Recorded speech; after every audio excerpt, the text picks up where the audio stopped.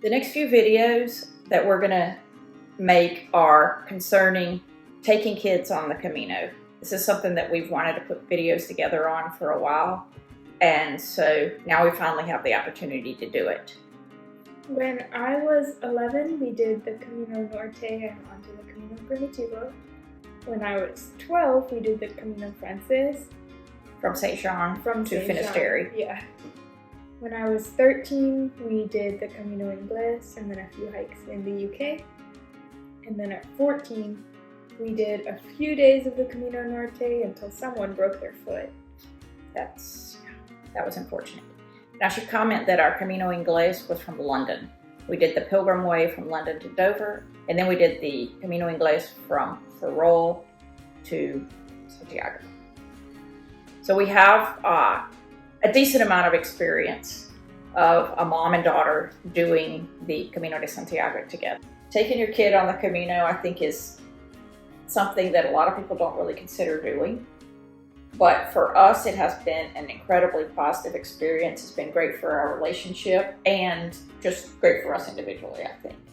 Today's video will focus on 3 characteristics that we think are important to have in the child that you're going to take on the Camino with you, whether it's your own child, your grandchild. The very most important thing is that the kid has to want to do it, because otherwise you will both be miserable, and so will everyone around you.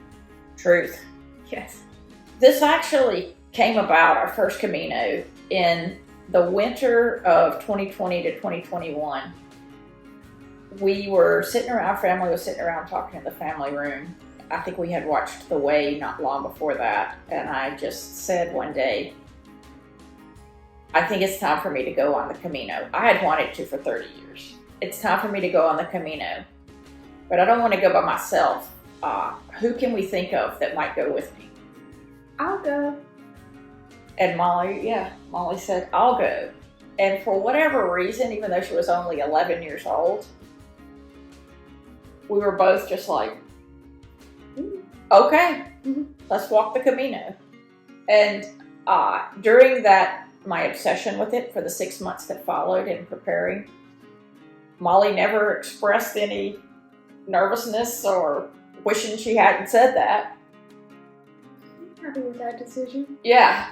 So it was her idea to go. And we both feel like that was super important, because if I would have pressured her to go or just told her she was going, maybe in Molly that might have been okay, but I think for most kids that it wouldn't work at all. You're asking a lot of these kids to do that. I don't think that would work out. We were just talking about how fun this is. And, sometimes you come up with an idea and you go to a lot of trouble to implement that idea, and then you get there and you do it and you're just like, That wasn't great. yeah. And it's still our first day, and we're not even done with our first day, but it's like so refreshing to be somewhere else, because for a year and a half, because of COVID, we've just been at home. But now it's like there's so many more opportunities now that we can leave, that it's just like a breath of fresh air. Whoa. Woohoo! Ocean in front of us. We'll show you in a second. Big, strong ocean in front of us. Yeah, the ocean is wild today. Now, one thing that you've probably realized by now is that we are both huge history nerds. And you love history. I do. I really love history. Right. It's not my career. I just think it's interesting. Right. I read all the books. I participate in the history competition. I take all the classes. History is my thing. Right. Molly wants to be Right. a historian or in political science or something Right, like or that. something like that. That's my forte. So a religious pilgrimage across a foreign country that, my roots are, That's Yes. 1,200 years old. and has just about the richest history you can find. It's our cup of tea. Yeah. And the last thing that I think was in our favor was that we do have a lot of family history in Spain. We love Spain. We've been going there Molly's whole life. I've been going there since I was a young adult. And so and we both have motivation to learn Spanish. Yeah. Nos olvidados envidia. Was that it? Nos envidia. The second thing that's really important if you're going to take a kid on the Camino is that they have to be physically ready, that they can carry their own things, or at least some of their own things, and that they are capable of walking that far Without breaking down physically. Really. Right, yeah. Even though Molly was only 11 years old, I really didn't have any reservations about her being able to do it. I have been raised in an atmosphere of endurance athletics, so I've been hiking and running since I was very little. And you had done a lot of hiking. Really, Yeah. Molly started extensive hiking at 3 or 4 years old. And running at 4, so. Yeah. Before we went on the Camino, I'd done 5 half marathons. At least. Yeah. I'm reasonably studious, so my school backpack was always pretty heavy, and I trained a bit for walking. Like, when I say I trained for walking, I went on walks. I don't want to oversell it. Yeah, I trained obsessively. Right. She trained some. Right. But I did run a lot, obviously. So I was in pretty good shape, and the mileage and that kind of thing wasn't a big shock to my body. The pack wasn't a big shock. I could handle that. So one thing about the pack, from the first time we ever walked, Molly has carried her own pack. The first Camino that we did when Molly was 11 was the part of the Norte and the Camino Primitivo. And in that pack, we shared toiletries and chargers, and the things we were sharing, I carried them. So my pack might have weighed 1 pound more than Molly's, something like that, 2 at the most. When she was 12, we did the Camino Frances, and we may have started out, we did, I think, with me carrying a little more weight than you. That changed quickly. Yeah, that kind of transitioned over the course of our 36 days, and by the end, Molly was carrying more than I was. She was clearly the stronger of the two. I had a lot of blister problems, and so... You just needed to get a little bit of weight off your feet. Yeah. A little less pressure on Yeah, and Molly wasn't having problems, and so, yeah, she ended up carrying more weight than I did, and we've pretty much stayed like that. Maybe when Molly was 13, we did the Camino Inglés, and that was probably evenly. I think you carried the toiletries, I carried the chargers. And then this year on the Norte, from day 1, Molly was carrying more than I was, and that will be the case from this point forward. She's a competitive athlete. She's stronger than I am. So it's kind of, but she, from day 1 at 11 years old, we walked over 500 kilometers, and she carried her own pack. We've walked 10 kilometers, and those 10 kilometers could not have been any more awesome. Right, those are the most fun 10 kilometers I've ever walked. Yeah, I think so far, No. just what little we've done, we've exceeded expectations. Is your watch battery out? No, paused. Oh no. Well, I'm recording. We've paused since breakfast. Oh man. Yeah. Oh, look at that cute little dog over there. The third thing that I think is really critical for a child enjoying the Camino de Santiago is they need to be prepared for the unexpected. Stuff happens. So there's definitely some buzzard style action up here, and a lot of it. So when we get over this hill,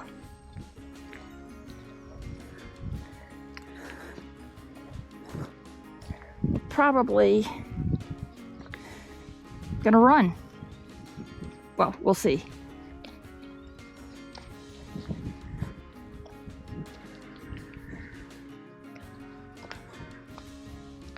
Oh gosh.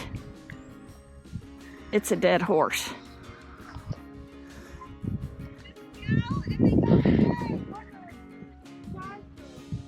It's a dead horse.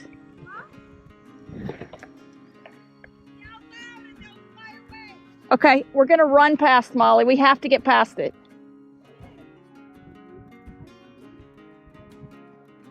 I don't think there's any. Yeah, well, let's all go together. We're gonna run across with them. The people up there told us that if you yell, the birds will go away, and then we're just gonna run past it. So we all 6 yell at the same time. And we look the other way, I'm saying. Oh my God. Oh God. Oh no. I don't think there's any way to get around it. We have to go past. Okay. Oh my goodness. Oh, Just don't look. oh no, I Molly, you gotta come, honey. can we just go up It's there? in the middle. Go on this side. Go past it on this side. Are y'all ready? Oh my God. Everybody scream as loud as we can and run, okay? Okay. Whoa! Whoa! You have to be able to like be okay with it if a cafe is closed. And so instead you keep walking or you eat a cereal bar. Up Tuesdays, weekly rest day. So it's not open. All right, let's see if hopefully there's something else. Want to see a happy girl? We found a cafe. You just have to be able to let it go over your head. Yeah, I mean, we've had a few hotel mishaps where we thought we had a room and boom, we didn't. Or they said we didn't. Sometimes we've worked it out, sometimes we haven't. Sometimes it was my fault. You just have to go with it and know that, you know, you're going to find a place to sleep, and we did. The other thing that I think is really important there is that you just have to be prepared to problem solve as you go. And not just the pair of us to problem solve, but the child actually has to. So we're in La Isla, and we're in a restaurant, kind of a small place, and so we wanted the chicharrones, which is kind of like a small calamari. They're really what we think of as calamari in the States, and so we ordered that, and she said she wasn't sure if they had that. So if they didn't, we would take the croquettes, and so she just came back and she's like, it ended up that we had calamares in su tinta, ¿vale? And I was like, oh yeah, sure. And then she walked off from the table and I realized, I think she just said calamari in the ring. That is what she said. And I agreed to that, even though it sounds, I know it's a specialty in this area, but it sounds disgusting. And I've never tried it. But I just agreed to pay 15 euros for that. So, yes, we're going to be eating it. On our first Camino, had a number of situations. I repeatedly got stuck in bathrooms. Several of them, the lock was broken. That was not my fault. And others, they just had to. Yeah, every bathroom, it felt like you flushed the toilet differently and the locks were different. And you just had to figure it out. And if you couldn't, you know, you're stuck in the bathroom. And Right, so you do. yeah. Like, wouldn't open. Molly has an issue with getting stuck in the bathrooms here, and it is, every lock is a new adventure. No, None it of them are didn't the have a same. lock, so I was trying to be fast.